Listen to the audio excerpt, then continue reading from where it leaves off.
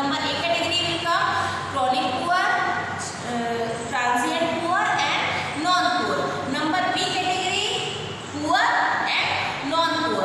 And there are 5 types of poverty: always poor, usually poor, churning poor, occasionally poor and non-poor.